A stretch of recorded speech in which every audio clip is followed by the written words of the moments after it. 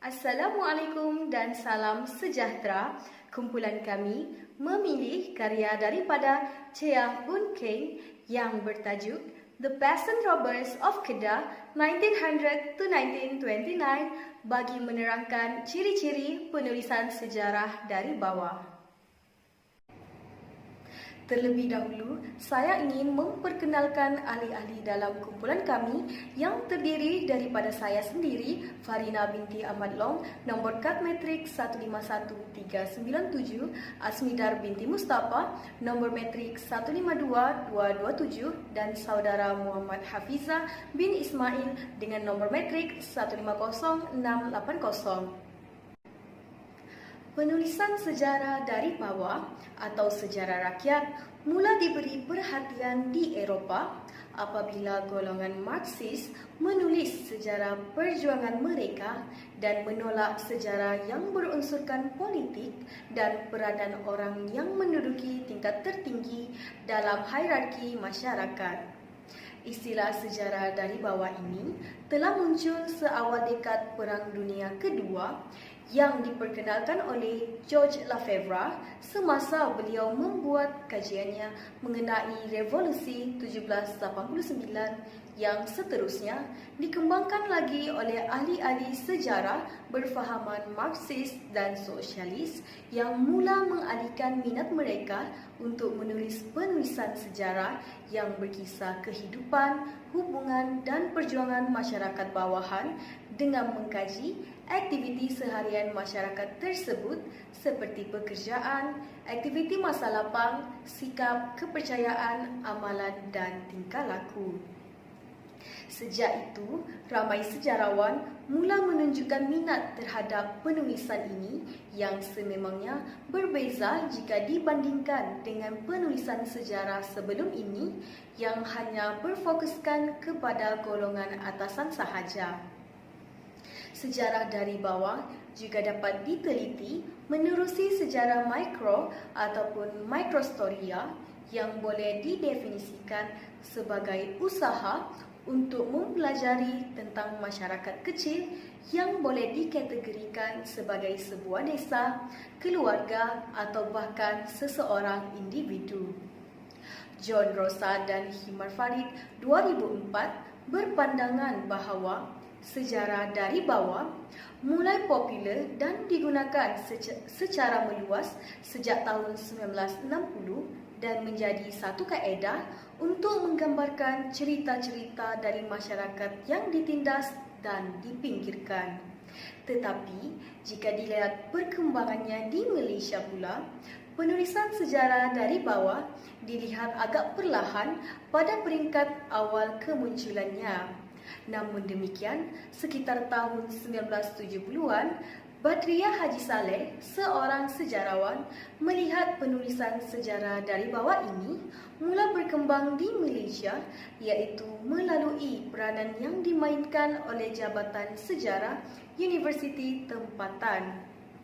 Universiti Tempatan mula menggalakkan pelajar mereka untuk membuat kajian dan penyelidikan mengenai sejarah tempatan, iaitu sejarah mikro seperti sejarah tempat, toko, bandar dan lain-lain.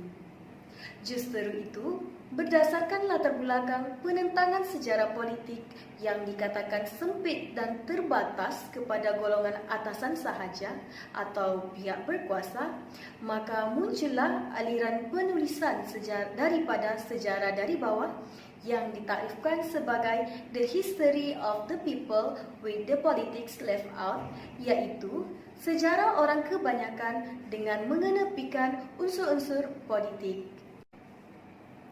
Terdapat beberapa pandangan daripada ahli-ahli sejarawan mengenai konsep penulisan sejarah dari bawah.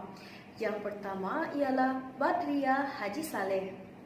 Beliau memberi fokus dengan melihat sejarah dari bawah adalah mengenai dari dalam diri orang-orang yang dikaji serta dari segi persekitaran tempat tinggal mereka.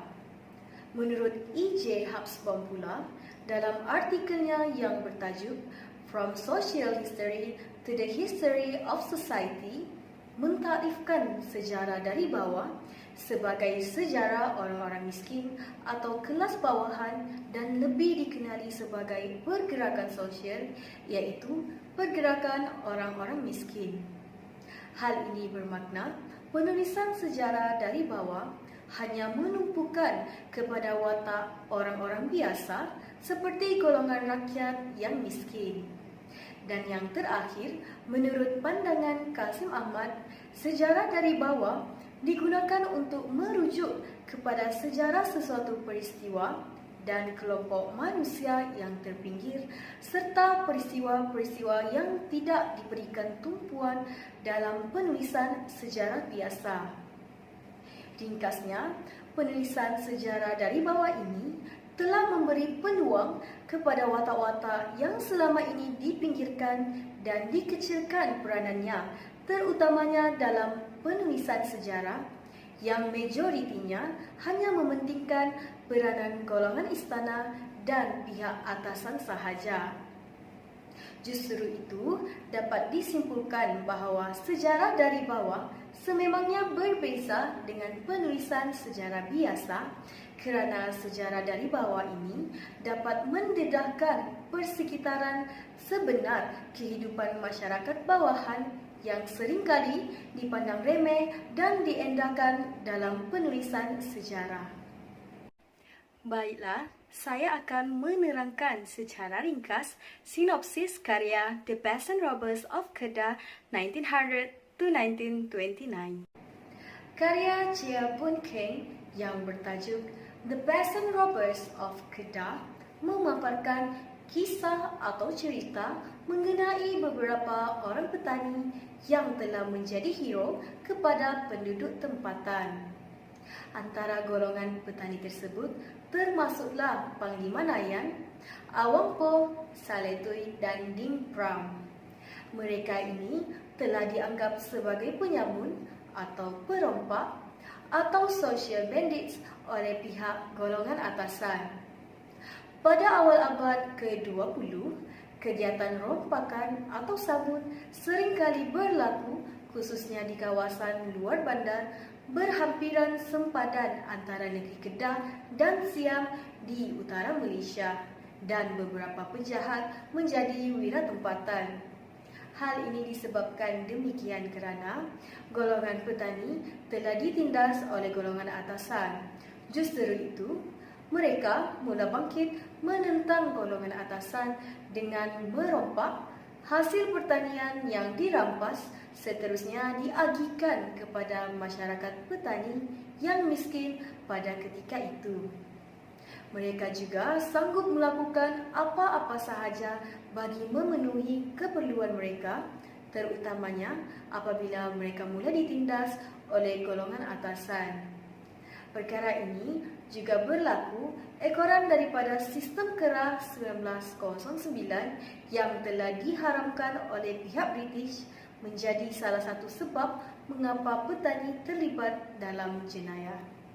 Kegiatan merompak atau menyamun yang dilakukan oleh golongan petani ini adalah diketuai oleh Panglima Nayan atau juga dikenali sebagai Robin Hood yang merompak orang kaya demi membantu orang miskin. Mereka bertindak sedemikian kerana golongan atasan telah melakukan penindasan dan merampas hak mereka.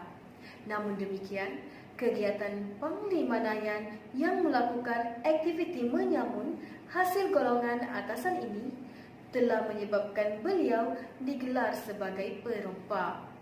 Perkara ini sememangnya bertentangan dengan prinsip beliau bahawa perjuangannya adalah untuk menentang penindasan golongan atasan dan mengagihkan hasil rompakan beliau kepada masyarakat petani yang memerlukan pada ketika itu. Oleh itu, dengan mengambil penyamun dari perspektif masyarakat petani, penulis karya iaitu Chia Boon Kheng menyimpulkan bahawa isu rompakan atau samun ini berlaku adalah disebabkan oleh kerajaan yang lemah, kepolisan yang lemah, geografi wilayah sempadan dan keterbelakangan, seterusnya mencadangkan bahawa wira penyamun mungkin dilihat sebagai simbol protes luar bandar. Baiklah, bagi meneruskan lagi sesi pembentangan, saya akan menerangkan dengan terperinci ciri-ciri penulisan sejarah dari bawah berdasarkan hasil penulisan Chea Boon Kheng dengan tajuk The Peasant Robbers of Kedah 1900 to 1929. Antara ciri-ciri penulisan sejarah dari bawah berdasarkan karya The Peasant Robbers of Kedah ialah menumpukan kawasan luar bandar di Kedah sebagai kajian sejarah. Antara buktinya ialah peasant settlements which were usually picked as targets by the thieves were within a certain geographical context. They were remote, isolated rural communities like those in the inaccessible areas of Bukit Perak in Pendang district or those in Padang Terap or Kubang Paksu district near the Kedah Siam border. The thick jungles and hills afforded them protection and security.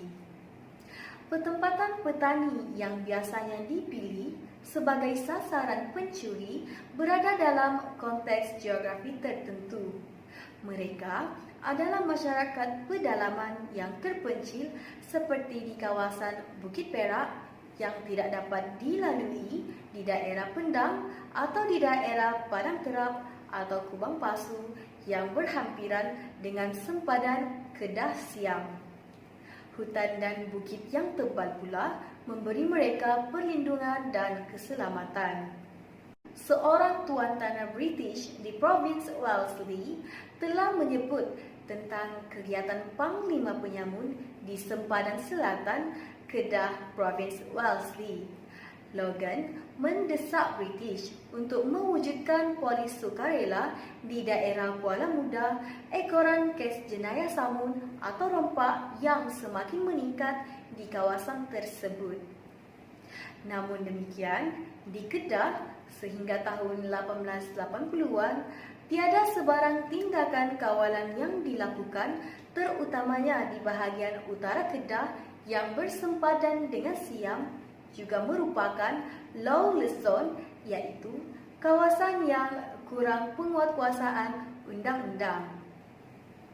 Seorang Governor, Sir Lawrence Gillimard, turut menggelarkan kawasan sempadan sebagai salah satu daerah yang paling tidak berperaturan dan tidak selamat di British Malaya pada tahun 1920-an. Hal ini disebabkan kerana kawasan ini terpencil dan tidak mudah diakses seperti Bukit Perak, daerah Pendang, Padang Terap atau Kubang Paksu yang berhampiran dengan sempadan Kedah dan Siam. Justru itu dapat dilihat dengan jelas bahawa penulisan sejarah dari bawah sememangnya memfokuskan kepada kawasan luar bandar seperti yang dinyatakan dalam karya ini, iaitu kawasan-kawasan terpencil seperti di Kubang Paksu, Pendang dan Padang Terap. Sekian saja daripada saya serahkan kepada pembentang yang seterusnya, iaitu Saudari Asmidar. Terima kasih diucapkan kepada para pembentang yang sebelumnya. Saya, Asmidar binti Mustafa bernama matrik 152277 akan menyambung pembentangan bahagian saya iaitu kajian mengenai masyarakat petani. Melalui ini dapat dilihat bahawa kehidupan masyarakat petani di negeri Kedah adalah miskin.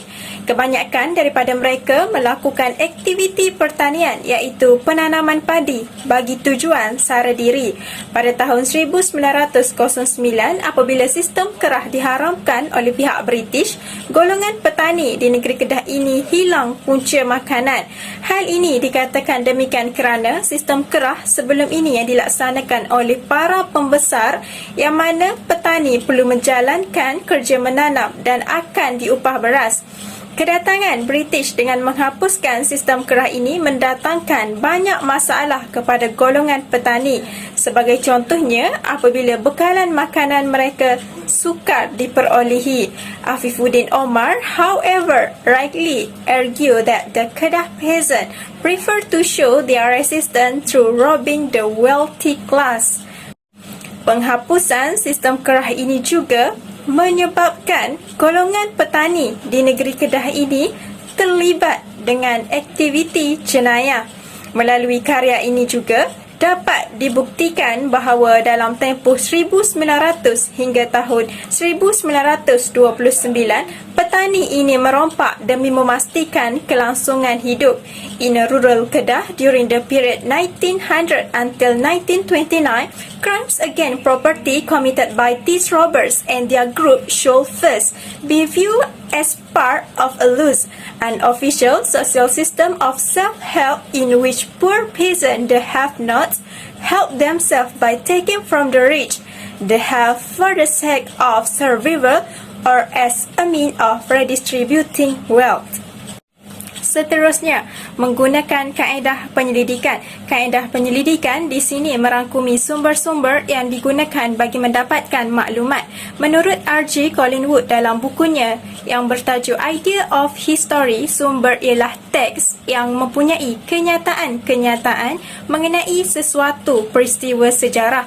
Oleh itu, Ceh Bongking telah menggunakan beberapa sumber dalam menulis karyanya seperti sumber dokumen dan lisan bagi mendapatkan maklumat mengenai kegiatan jenayah yang dilakukan oleh golongan masyarakat bawahan pada waktu ketika itu. Antara sumber yang digunakan dalam karya ini ialah sumber dokumen. Sumber dokumen ini meliputi rekod-rekod hasil tanggapan jenayah dan statistik mengenai jumlah jenayah yang berlaku di negeri Kedah. Daripada statistik ini, banyak kejadian yang melibatkan kes menyamun, merompak dan sebagainya dilihat berlaku. Sebagai contoh, laporan tahunan Kedah menyatakan bahawa perompakan di Kedah Utara ialah berjumlah 83 kes pada tahun 1924 berbanding hanya 29 kes pada tahun 1929 hingga 1923 dan 61 kes pada tahun 1921 hingga 1922. Kegiatan rompakan atau samun ini kebanyakannya dilakukan oleh geng bersenjata Sam-Sam dan Siam. Selain itu, karya ini juga menggunakan sumber dokumen daripada Arsip Negara. Sebagai contoh, terdapat poster ganjaran bagi sesiapa yang berjaya menangkap Nayan bin Derani akan diberikan hadiah sebanyak RM1,000. Tambahan pula, ganjaran bagi sesiapa yang berjaya menangkap Awang Poh bin Osman yang berada di negeri Kedah pula akan diberikan hadiah sebanyak RM500. Tegasnya, sumber dokumen sangat penting dalam karya Ceh Bongking, The Peasant Robbers of Kedah 1900 until 1929 bagi membuktikan bahawa karya ini menepati ciri-ciri karya sejarah dari bawah. Statistik menunjukkan jenayah yang berlaku di negeri Kedah sekitar tahun 1909 hingga 1936. Seterusnya, artikel tersebut menunjukkan contoh ganjaran bagi sesiapa yang berjaya menangkap Nayan bin Derani dan Awang Poh bin Osman di negeri Kedah. Satu lagi pendekatan sejarah dari bawah yang dipaparkan dalam karya Ceh Bongking ini ialah penggunaan sumber lisan sebagai sumber utama. Sumber lisan merupakan sumber yang penting dalam merakam peristiwa lampau yang pernah dilalui oleh seseorang. Menurut Badriah Haji Saleh, masyarakat Melayu tradisional tidak meninggalkan sebarang sumber bertulis untuk dijadikan asas kajian. Maka, tidak hairanlah kajian mengenai sejarah dari bawah lebih banyak menggunakan sumber lisan berbanding sumber bertulis.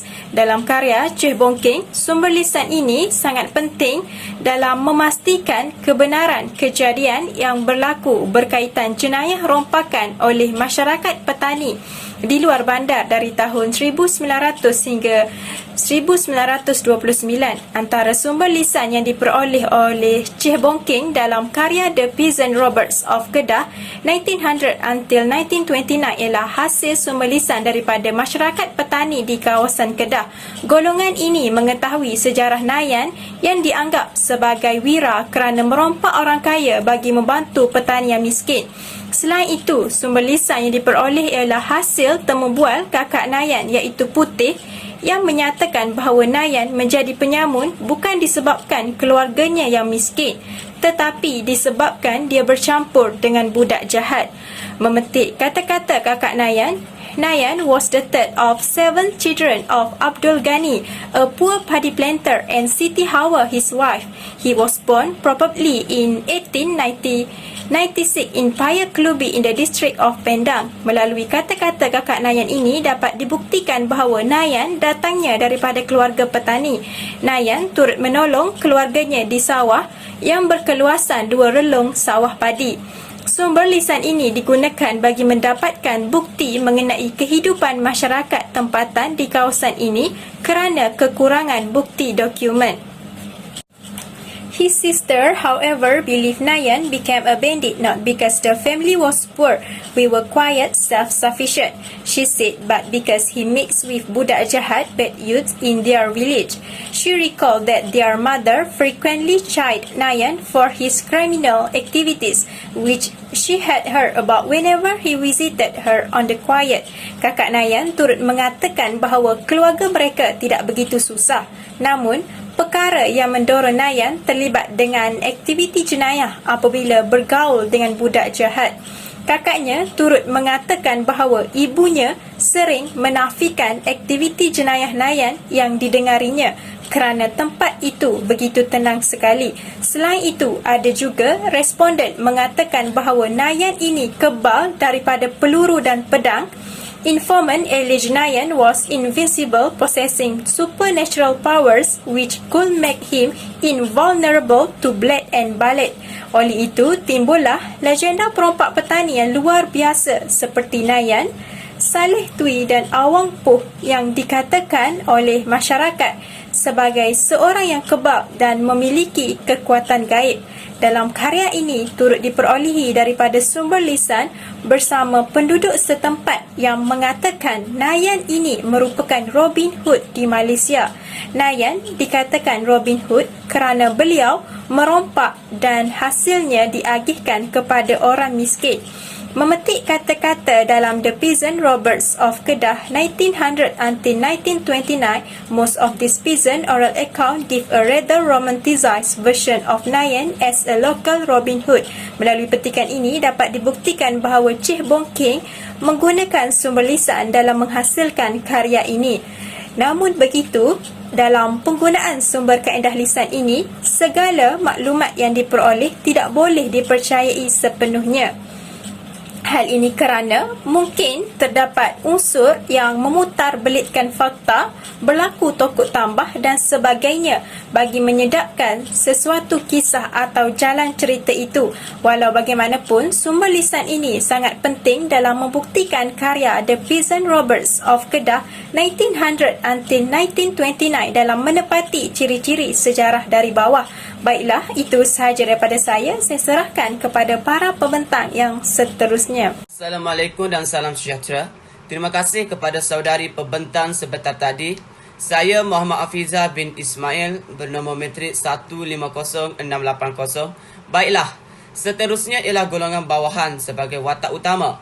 Di dalam karya ini, kesemua watak utama terdiri daripada golongan bawahan, seperti golongan petani yang mana mereka tidak mempunyai sebaran apapun, namun mereka sangat berbakti kepada golongan rakyat. Karya ini juga banyak memaparkan mengenai beberapa petani yang menjadi hero orang tempatan seperti Parlimen Nayang, Awang Poh, Saleh Tui dan Dimprum, yang mana mereka telah dianggap sebagai penyamun ataupun perompak ataupun sosial bandit oleh golongan atasan. Hal ini demikian kerana mereka telah bertindak dengan merompak hasil pertanian ataupun hasil tani yang telah dirampas serta diagihkan kepada masyarakat petani yang miskin pada ketika itu. Mereka juga sanggup melakukan apa-apa sekalipun bagi memenuhi keperluan mereka, terutamanya apabila mereka mula ditindas oleh golongan atasan. Masyarakat petani yang ditindas telah mula bangkit menentang golongan atasan dengan melakukan kegiatan merompak hasil pertanian semula yang diketuai oleh Parlimen Nayang. Menerusi karya ini, Dr. Chiah Boon Keng turut menyatakan juga bahawa perompak petani seperti Parlimen Nayang merupakan Robin Hood tanah Melayu. Sebagai contohnya, Panglima Nayang diberikan gelaran Panglima kerana beliau ini dikatakan pembela ataupun hero kepada petani miskin. Hal ini dikatakan demikian kerana Panglima Nayang telah melakukan rompakan terhadap golongan atasan dan mengagihkan hasil rompakannya kepada masyarakat petani yang miskin, iaitu mereka yang memerlukan. Selepas kematian Nayang, Awang Poh yang merupakan penolong kanan Parlimen Nayang mula mengambil alih tugas Parlimen Nayang dengan merompak hasil pertanian golongan atasan. Selain watak Nayang dan Awang Poh, Dr. Chiah Boon Keng turut menceritakan tentang Saleh Tui yang dikatakan gemar mengambil tebusan terdiri daripada anak saudagar Cina dan meminta wang tebusan sebagai ganti. Perkara ini menyebabkan Kedah Police Force diwujudkan untuk menangkap beliau. Namun, Saleh Tui melarikan diri ke mukim tolak di kawasan Padang. Golongan bawahan yang pertama ialah Panglima Nayang. Beliau berasal dari Payakumbuh, Pendang. Beliau digelar sebagai Robin Hood Malaya. He is regarded as a local Robin Hood, rob the rich to help the poor. Penyamun yang menyamun daripada orang kaya dan memberikan ataupun mengagihkan kepada orang yang miskin. Dari sebab itulah rata-rata penduduk tempatan mengaku bahawa Nayang adalah pembela ataupun hero bagi mereka sehingga memberikannya gelaran Panglima. Yang kedua ialah Saleh Tui. Beliau berasal daripada Setul, iaitu Thailand. Beliau sering melakukan jenayah seperti merompak, mencuri binatang dan menculik wanita. Perbuatan tersebut semata-mata untuk membantu golongan yang memerlukan. Beliau seorang yang bermurah hati, terutama kepada kanak-kanak. He loved the village children who were allowed to dip their hands into his money bags and take away as many coins as their little first could hold. Ketiga ialah Awang Poh. Beliau berasal dari Kampung Datuk, Mukim Tokai, Kedah. Beliau merupakan seorang perompak yang hebat selepas Parlimen Nayang dan ketua gangster yang terkenal. Beliau juga mempunyai kekebalan berbanding perompak-perompak miskin yang lain. Saleh Tui dan Nayang Awang Poh had acquired a legend of invulnerability among the Malay peasant. Keempat ialah Din Prum. Beliau berasal daripada Thailand dan menjalankan jenayah di Kedah. Penjenayah ini yang mempunyai kekebalan serta menggunakan sihir ke atas mangsanya. Beliau juga suka memperdayakan rakyat tempatan. Walaupun Din Prum merupakan penjenayah yang hebat, namun kehadirannya ke Kedah tidak diangkat sebagai perwira kerana masyarakat takut dan gerun dengan sikap Din Prum. Seterusnya ialah mengetengahkan isu jenayah dalam kalangan masyarakat. Sebagaimana yang terlakar ataupun tercoret dalam karya ini, Chiah Boon Keng juga mengangkat isu jenayah sebagai isu utama dalam penulisannya dengan meletakkan pelbagai data statistik jenayah yang berlaku sejak tahun 1909 sehingga 1936 yang diperoleh daripada sumber laporan tahunan Polis Kedah. Isu jenayah sememangnya sebuah sejarah mikro. Maka hal yang demikian telah menepati pendekatan sejarah dari bawah. Kawasan pedalaman di Kedah amat diketahui dengan kegiatan ataupun perbuatan jenayah yang terdiri daripada jenayah besar dan jenayah kecil. Kegiatan jenayah besar seperti rompakan ataupun pembunuhan. Lazimnya, rompakan berlaku secara berkumpulan. Manakala jenayah secara kecilan pula seperti jenayah pecah rumah dan kecurian harta benda, terutamanya mencuri lembu. J.R. Logan pada tahun 1867 yang merupakan seorang tuan tanah British adalah antara orang yang pertama menyebut berkenaan kegiatan penyamunan di sempadan selatan Kedah seberang perai. Beliau mendesak pihak British untuk menubuhkan satu gerakan, iaitu gerakan polis sukarela untuk membanteras atau membendung kegiatan penyamunan ini. Selain itu, faktor geografi juga turut menyebabkan kegiatan jenayah semakin hari semakin berleluasa. Kawasan utara Kedah yang bersempadan dengan Siam merupakan lawless zone, menyebabkan ketiadaan kawalan yang ketat terhadap sempadan. Dari situ juga pengharaman sistem kerah oleh pihak British pada tahun 1909 juga telah menyebabkan para petani turut terlibat dalam kegiatan jenayah. Maka dari situlah dapat dilihat menjelang tahun 1909 sehingga 1929, golongan petani ini telah merompak demi meneruskan kelangsungan hidup mereka. Sebagai contohnya, dalam karya ini turut mengisahkan perwatakan Dimprun yang merupakan penjenayah yang mempunyai kekebalan diri dan turut menggunakan sihir ke atas mangsanya. Sehubungan dengan itu, para petani menganggap Dimprun ini kebal berbanding dengan penjenayah tempatan yang lain seperti Saleh Tui dan Panglima Nayang.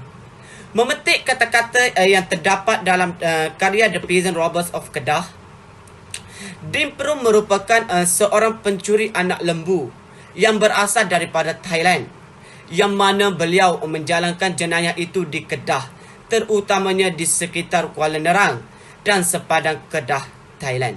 Meskipun Dimprun merupakan penjenayah yang hebat, namun kehadiran beliau di Kedah tidak diangkat sebagai perwira seperti Panglima Nayang dan Saleh Tui, disebabkan oleh penduduk tempatan kerana sikap Dimprun yang begitu bengis dan rakyat turut takut kepadanya. Sikap Dimprun yang suka membuat helah dan memperdaya akan rakyat yang susah. Seterusnya, saya juga akan mengupas mengenai kepentingan sejarah dari bawah kepada negara. Yang pertama adalah dengan mendalami sejarah golongan bawahan dengan lebih terperinci. Kepentingan dalam kajian sejarah dari bawah ini kepada negara adalah masyarakat dapat mengetahui dan mendalami dengan lebih dekat mengenai sejarah golongan bawahan. Oleh itu, penyelidikan mengenai sejarah dari bawah turut dikategorikan sebagai penyelidikan mengenai petani-petani, pengganas-pengganas atau kelompok masyarakat tertentu yang menjadi fokus utama dalam kajian ini. Seperti dalam karya Cik Bongkek ini yang mengkaji mengenai golongan petani yang terlibat dalam jenayah rompak di negeri Kedah. Mengikut daripada karya penulis, tidak banyak karya yang mengisahkan perompak yang merupakan penjenayah sebagai penulisan sejarah. Yang kedua pula adalah dengan memberikan pengiktirafan kepada golongan bawahan yang tidak diberikan perhatian utama. Penulisan sejarah dari bawah ini boleh dilihat intipati penulisannya yang hanya berfokuskan kepada pemahaman sejarah tempatan daripada penglibatan orang tempatan itu sendiri, bukannya daripada kacamata golongan elit, penjajah atau orang barat. Sehubungan dengan itu, tema penulisan yang sememangnya dikaitkan dengan sejarah sosial ini seperti pengganas sosial, golongan masyarakat yang ditindas, iaitu orang-orang yang tidak pernah ada sejarah seperti hamba. Gerakan-gerakan pelampau dalam masyarakat turut difokuskan oleh ahli sejarah dalam melakukan kajian. Oleh itu, sejarah dari bawah ini dapat memberikan penghargaan kepada golongan bawahan yang tidak pernah dipedulikan, seperti karya Cik Bongkeng ini yang berfokus kepada perompak petani di negeri Kedah yang telah membuka ruang yang tersendiri dalam pembangunan sosioekonomi di Kedah. Baiklah, itu sahaja daripada saya. Saya serahkan kepada para pembentang yang seterusnya. Kepentingan sejarah dari bawah yang terakhir ialah dapat membantu dalam memahami tingkah laku masyarakat bawahan.